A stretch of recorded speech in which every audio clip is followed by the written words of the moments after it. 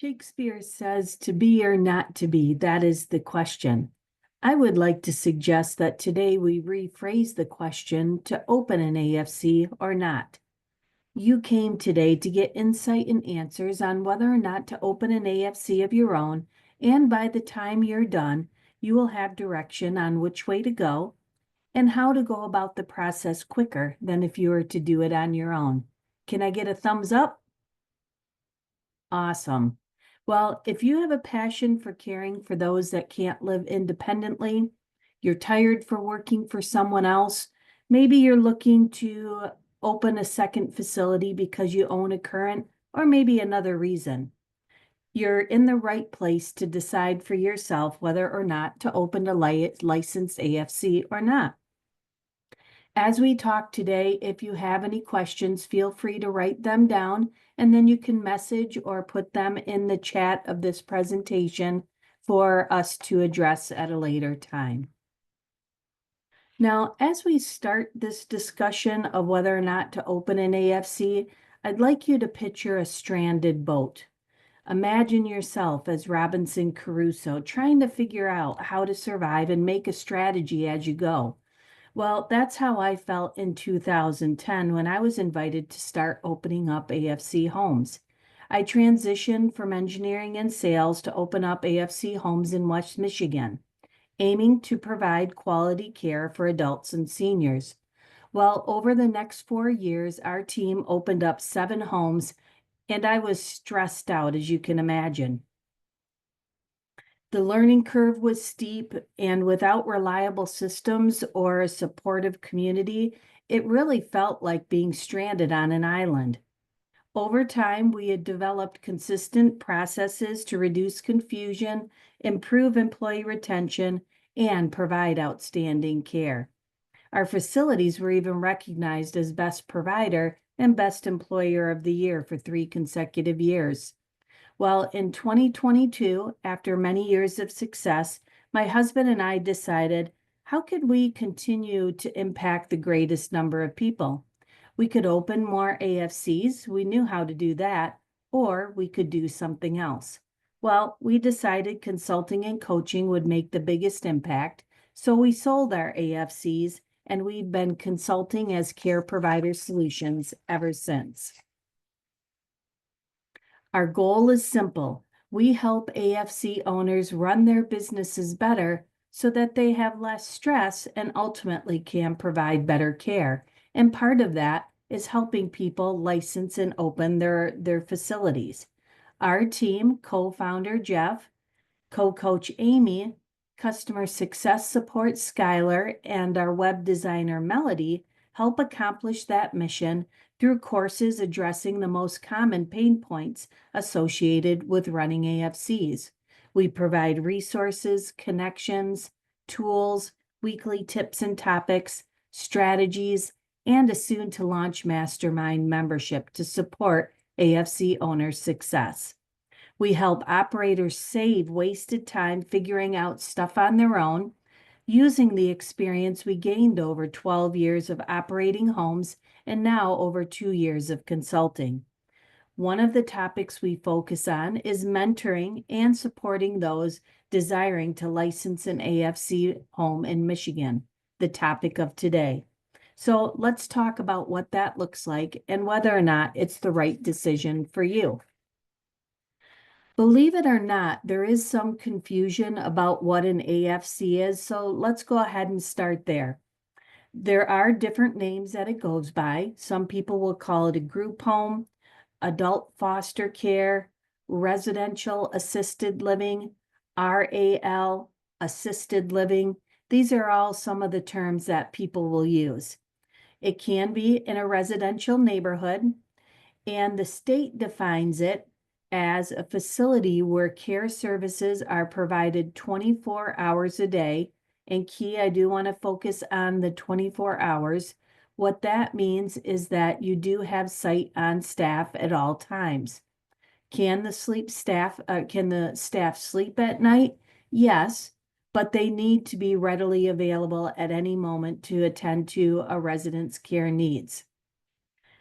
That is for 3 to 20 adults and seniors with different limitations. Again, I'm going to bring your attention to the number 3. If you have 1 or 2 people in the home, a license is not required. It's when you hit the 3 and above that one is.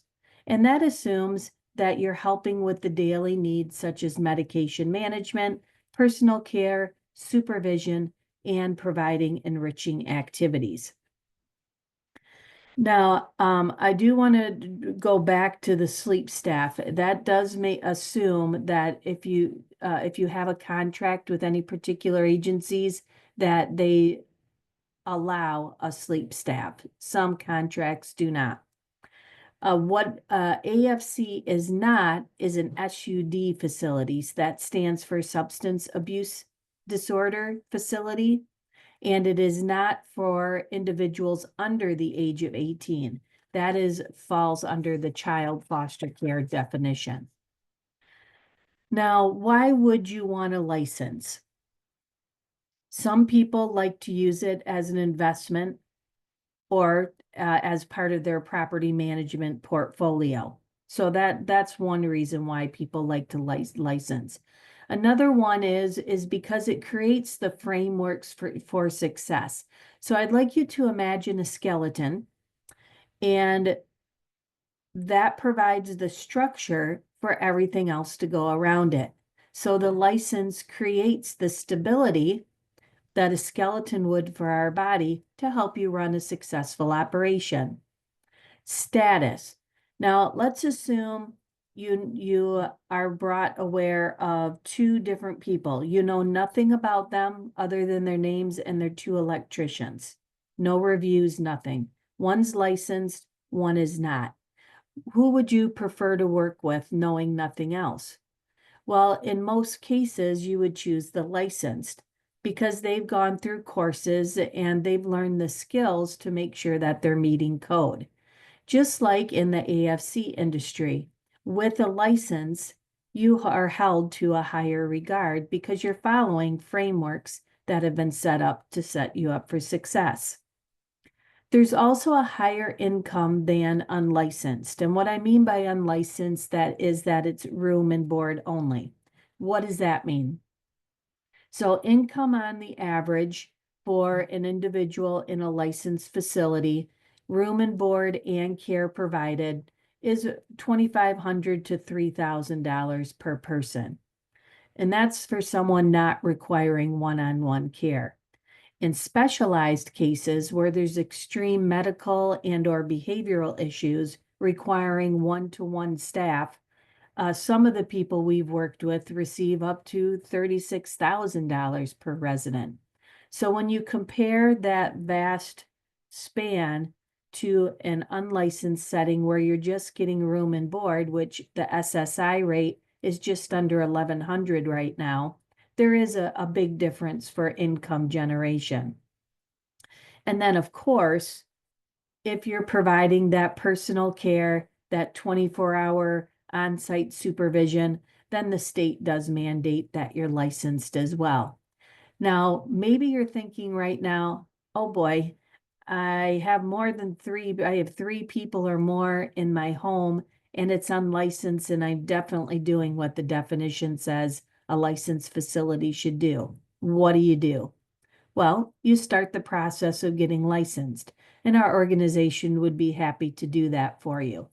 You make the state aware of your situation. No one has to move out. You're just trying to make it right, and you move forward as if you were a person that doesn't have a facility currently and is looking to open one. By being upfront about converting from the unlicensed to a licensed facility, you are preventing any undue headaches from the state if they find out before you tell them. Now, very often people want to know, what is the time frame to get licensed? In our experience from the providers that we've helped, 2 months to 6 months with support is the average. Now, I do want to bring to your attention is once you get that license, if you plan to specialize with individuals with mental illness and developmentally disabled, you would contract with community and mental health organizations. To start accepting and get those contracts in place of residents that are under their umbrella, it'll take another 6 weeks or longer to get those contracts in place after the license is established. Now, what are we assuming on that 2 to 6 month time frame? That it's a small group home with less than 6 residents, a medium or a large group home, so that would be 7 to 20, has some other special conditions, which we'll talk about in a minute. It also assumes that you have your property secured. You definitely have the motivation and focus to take action and complete all the steps required to get that license. And you do have a responsive state consultant. Now, can you get licensed and work a current job? The answer is a definite yes, because everyone that we've worked with is currently running a day job alongside of getting their facility licensed. And that's assuming that you're blocking your time and you're getting those things done consistently and quickly. And again, that you have that state consultant that's responsive. Now, for the facilities over 6 people, time must also be added for zoning approval, architectural drawings, Bureau of Fire approval, and then no matter what the size, whether it's small, under 6, medium, or large, if you have a private water and sewer system, the state will arrange to have an environmental inspection done. So you'll have to account for the time associated with that as well. What are the startup costs? What are you getting yourself into? Well, for general upgrades, furniture, those kind of things, and the most common things that need to be adjusted for a regular household to convert to an AFC, you can expect around $15,000, and that would include things like non-lock against egress doorknobs. That's a fancy term that means that if the door's locked from the inside and you turn the knob, it opens automatically. You have handrails on open sides of stairwells. You have hardwired smoke detectors. You have a furnace room door, which is a special door that you have to get. And then, of course, your furnishings. Now, if you do plan to customize, like add wheelchair ramps or major renovations such as bathrooms, then that startup cost would be much greater.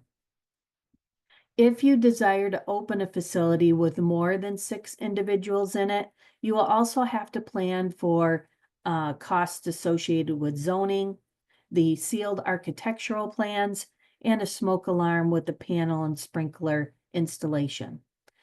In addition, the state will want to see that you have 2 to 3 months of funds to cover your budget as you wait for people to move into the home. What does that look like? Well, if your budget is about $15,000 per month, then the state would want to see anywhere from $30,000 to $45,000 to cover all those expenses. And that could be in cash, an equity line of credit, assets that can be sold, income through other sources such as a job or private investors. All those different things count. Now you might be thinking, well, where am I going to come up with that money? I'm definitely going to need some investors. Well, some people do it the old-fashioned way, and they'll save the money until it's time to start the process. Others will find an investor. Some will rent versus buy a property. Some will get an SBA loan or a home equity line of credit. Well, the investor term, if that's sticking into your mind, how do I find investors? Well, some people will use family, friends, or outside organizations such as assisted living investing. When you're looking to use an investor, you will have to have a business plan ready for them to look like to decide if you're a good bet to invest on. Michigan SBDC, that stands for Small Business Development Center, does offer free consulting for small business owners to help develop those business plans. So if you need support in doing that, I recommend calling or setting an appointment online with them at the location nearest you. Their website is michigansbdc.org. And then grants. Very often I'll get asked about that. Are there any grants available to get started up? For profit organizations, that is a little bit harder, but there are grants from women and minoritybusiness.org. You might find some things that would apply to you to help you out. Now that we know that information, what are the first steps you need to take? And so that you can continue to decide if this decision is right for you. Well, I'm going to go over a few highlights right now, and in a few slides, you'll actually have a QR code that you can scan that will have all this in writing, so you don't have to try to busily take notes right now. First step is you need to secure a location. You can't submit an application to the state until you have that location. How do you find that home? Well, very often people will go on Zillow or other rental sites to look for a landlord to rent. They'll contact real estate agents if they're in a position to buy a facility. Or maybe they'll even call a broker that's representing an AFC that's already open and the owner is looking to sell. When we sold our facilities, that's what we did. We went through a broker. Some other things that you will need to have in place before you submit that application is a high school diploma. Now, many AFC owners come from out of the country, so they will accept a diploma from out of the country. You just need to provide proof of that. You need to have at least 1 year of experience serving the population you desire on your license. You have to have a clear background check, and then a doctor approval for a medical clearance that you're healthy enough to operate an AFC. When you're looking for an AFC or that property, there's a few things that are major things that you want to look for to keep those startup costs as low as possible. The bedrooms, if you want one person in a bedroom, it needs to be at least 80 square feet. For 2 people to be in a bedroom, it has to be 130 square feet. And if you add all the common areas together, the places where people hang out, like a dining room, living room, family room, den, TV room, all those different things, add those together and divide by the number of people you would like to have in the home, that needs to be at least 35 square feet per people. And again, if you've missed any of this information, in a few slides, there'll be a QR code that gives you a detailed list of all these things you'll need to consider as your first steps before you open. If you do desire to have wheelchair accessibility, then a ranch would be your ideal location to look for. Now, after that location is secured, now you're ready to finally fill out that application for a general AFC. For facilities that desire to specialize in providing care for the mentally ill or developmentally disabled, then you will also have to complete a separate specialized application after submitting the general one. What that means is with the specialized home, then you have the ability to contract with community and mental health agencies throughout the state of Michigan. There's about 45 of them, if I'm remembering correctly. And that allows you to place people with the mental illness and developmentally disabled people in your home. The application can be submitted online or filled in and sent through the mail. It's right now $150 for a small group home application. Now, again, this application cannot be filled out until that property is secured. After the application is complete, then it's time to submit your policies and procedures. There's about 36 different documents and/or policies that you'll need to submit before the consultant will come to the home and actually inspect it for approval. One of those is an admission policy, and you'll see a QR code to show to give you an example. This is a template that you can use to customize to your facility. If you decided to work with our organization, we have templates for all the policies and procedures that are required, and we update them as the state updates the rules. We will mentor you on how to do that so you can complete them as quickly as possible to continue that process of getting licensed. If you would like, so go ahead and scan that QR code if you'd like a sample of that admission policy that meets the regulation described from Lara. Now, upon your submission of your policies and procedures and confirmation that your background check is clear, then the state will come in and license the facility. And as part of our step 3, we would help you get the home ready for that inspection so that you can get that license as quickly as possible. Now, before we finish up with the QR codes I promised you and last minute information, maybe you're a little bit intrigued about taking that first step, and you might wonder, well, what's the role that Care Provider Solutions plays in helping to license a home so that you don't feel overwhelmed, frustrated, or afraid, or that you have to figure it out on your own, kind of like that Robinson Crusoe on that stranded island we talked about earlier. How does Care Provider Solutions provide that clarity and confidence so that you can license as quickly as possible? Well, I'll tell you a few testimonials we've received from the customers we worked with to give you the confidence if you decide to work with us. This one was from Valissa. If you're entering a new market or have never opened an AFC in Michigan, you don't know anything. Nadine's very knowledgeable. She has a great deal of experience working in this exact business, so who else would you ask? That's a big thing. It's just smarter to go through Nadine because you'll save a lot of time and headache and money too, because you can lose money just wasting time. You're paying for rent or the property, so time is money. She helps us get through the paperwork quickly and make sure things that need to get done are complete. I highly recommend working with her. Or Fatimo, coming from Minnesota, we needed an organization to support us every step of the way to make sure we license as quickly as possible and meet all the Michigan regulations. With Care Provider Solutions, support not only was our first inspection for licensing without citations, but the consultant asked for her to pass on compliments to the consultant, Nadine Carlson, that helped her because the home was absolutely perfect.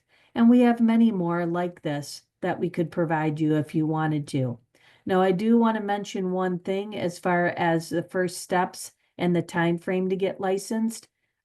Some people do this from out of state. I mentioned this testimonial. She was coming from Minnesota. We work from others from Wisconsin, Arizona, and Maine, and they've done these things remotely with us until it was time to get inspected and get that home ready for inspection. So that is possible. So where do we go from here? What are our next steps? Well, the first step, as you're considering all these options, is to join our free community. Go ahead and scan that QR code, and that'll give you access to free resources, contacts to help you succeed, as well as free downloads to help to use once your facility is open. This is kind of like your GPS. If you use GPS, it often provides GPS updates and rerouting when you get off track. This free community is a way to keep you on track because we'll continually provide you with updates and current information to help keep you on the path and prevent you from going astray and on the wrong journey.